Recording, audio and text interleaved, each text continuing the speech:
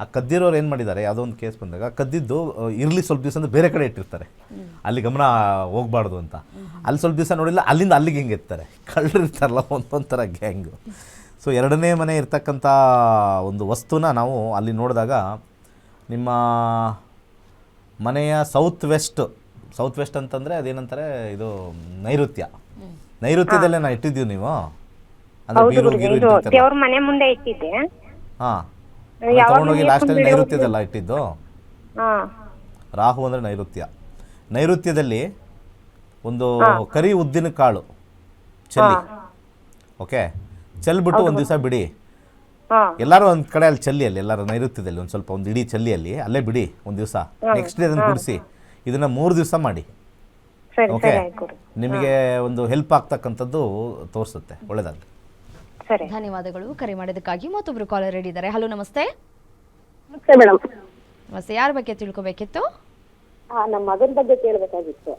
ನಿಮ್ಮ ಮಗಳ ಹುಟ್ಟಿದ ದಿನಾಂಕ ಮತ್ತೆ ಸಮಯವನ್ನ ತಿಳಿಸಿ. 16/8/2019 8:10. ಎಷ್ಟು ಗಂಟೆ? ಏನು 16 10 ಮೇಡಮ್. 16/8/2019 8 ಗಂಟೆ 10 ನಿಮಿಷ. ಬೆಳಗ್ಗೆನಾ ರಾತ್ರಿನಾಮ? ಬೆಳಗ್ಗೆ AM ಮೇಡಮ್. ಬೆಳಿಗ್ಗೆ. ಹುಟ್ಟಿದ ಊರು ಯಾವುದು? ಶಿವಮೊಗ್ಗ. ಹೇಳಿ. ಅದೇ ಗುರುಜಿ ತುಂಬಾ ಹಠ ಮಾಡ್ತಾನೆ, ಮಾತು ಕೇಳಲ್ಲ. ಅವ್ನ ವಿದ್ಯಾಭ್ಯಾಸ ಹೆಂಗಿದೆ, ಲೈಫಲ್ಲಿ ಹೆಂಗಿರ್ತಾನೆ? ರಾಹುದೇಶ ನಕ್ಷತ್ರ ಭಾಳ ಇಂಪಾರ್ಟೆಂಟ್ ಆಗುತ್ತೆ. ಆ ನಕ್ಷತ್ರಾಧಿಪತಿ ಗುರು ಆಗಿರೋದ್ರಿಂದ 3ನೇ ಮನೆ ಯಾವಾಗಲೂ ಕೂಡ ಹಠದ ಸ್ವಭಾವ ತೋರಿಸುತ್ತೆ. 3 ಅಂದರೆ ಎಫರ್ಟು ಮತ್ತು ಹಠ ಎರಡೂ ಕೂಡ ಗುರುನೇ ಕಾಂಬಿನೇಷನ್ ಬಂದಿರೋದ್ರಿಂದ ಭಾಳ ಈಸಿಯಾಗಿ ಅರಿಶಿನವನ್ನು ನಿವಾಳಿಸ್ಬಿಟ್ಟು ಯಾರಿಗಾರು ಬಡವರಿಗೆ ದಾನ ಮಾಡಿ. ಈ ತಿಂತಕ್ಕಂಥ ಊಟದಲ್ಲಿ ಅಡುಗೆಯಲ್ಲಿ ಉಪಯೋಗಿಸ್ತಕ್ಕಂಥ ಅರಿಶಿನ ಅಂತ ಬರುತ್ತಲ್ಲ, ಅದರಲ್ಲಿ ಆ ಸತ್ವಗಳನ್ನು ಕಮ್ಮಿ ಮಾಡ್ಕೋಬೇಕು.